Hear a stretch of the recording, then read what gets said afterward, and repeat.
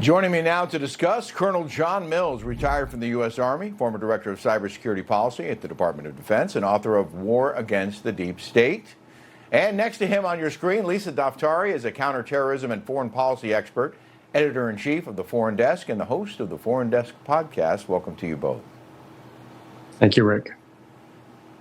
John, I'm going to start with you. The second week of the conflict began like the first, with more Israeli airstrikes targeting Iranian nuclear facilities, and Iran launching a new wave of drone and missiles at Israel and warning the U.S. against getting involved. Now, you heard President Trump say he'll decide in the next 2 weeks whether the U.S. will intervene, but we know bombers are on their way to the region, along with carrier strike groups.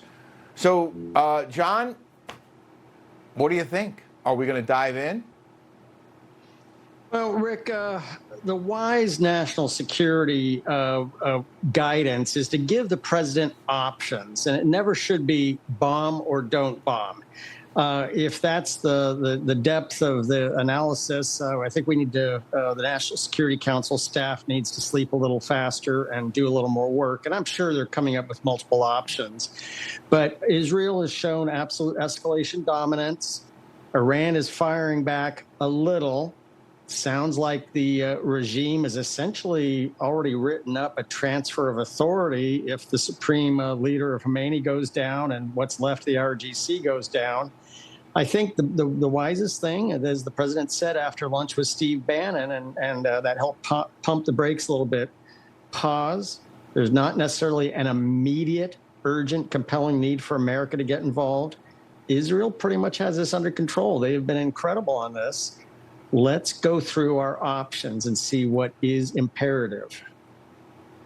Lisa, I want to get your thoughts on this. The Israeli Air Force, by the way, released footage showing strikes against 3 additional targets with F-14 Tomcats. Oh, I'm sorry, the Tomcats were the targets. They belong to the Islamic Republic of Iran Air Force that was at an air base in central Iran, so they destroyed those 3 aircraft. Again, the question to you, Israel displaying dominance, but they might need our help to take out those nuclear sites. How do you see this playing out? The bottom line is that any residual that is left will have made this entire effort by Israel in vain, because the Iran regime will pause and rebuild. They will move forward, and the equivalence of staying in power for them is to have this nuclear program and a nuclear weapon. They came out today and said, if it's the choice between ending our nuclear program or going to war, we're going to go to war. Look, this is a regime that is sadistic, not suicidal. They want to stay in power. That's exactly it. But they are also desperate right now. China didn't come to their aid. Russia didn't come to their aid. Hezbollah, their own pet project, who they gifted 150,000 missiles to, didn't fire one shot to come to their aid. So they will do whatever it takes right now in terms of rhetoric, in terms of the bluster, in terms of just flexing their muscles. But we have to understand that if we don't allow and help Israel to get the job done, then we're going to go back to square one. If Donald Trump's bottom line and the United States position is that this regime cannot have a nuclear weapon, well, then we know what the foregone conclusion is. Yeah. And I think you're right on that point for sure. John might disagree, but John, Israel's defense minister, says its military killed 3 more senior Iranian commanders, including one from Iran's paramilitary Revolutionary Guard, who the officials say financed and armed Hamas for the October 7th attacks. The Prime Minister Netanyahu has said Israel would keep up its military operation in Iran for, quote, as long as it takes to get rid of the existential threat of Iran's nuclear program. So back to Lisa's point, I mean, it does kind of seem like they have to get the whole job done, or this was for naught, and maybe they need those bunker busters.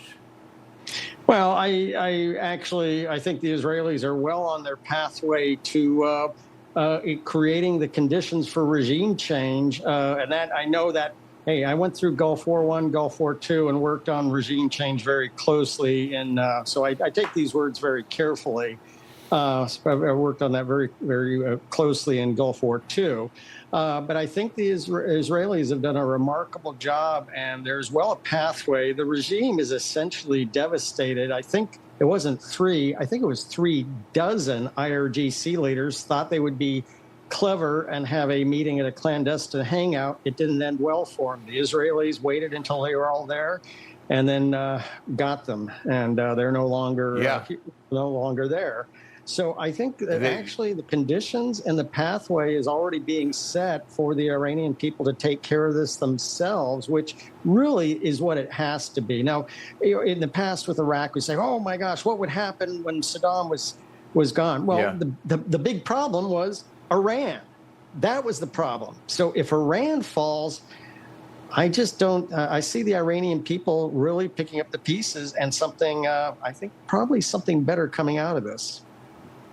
Well, we can all hope that that's the case. Colonel John Mills, thank you for your service. Thanks for being here on a Saturday. Lisa Daftari, I wish we had more time, but thanks for being here. Thank you.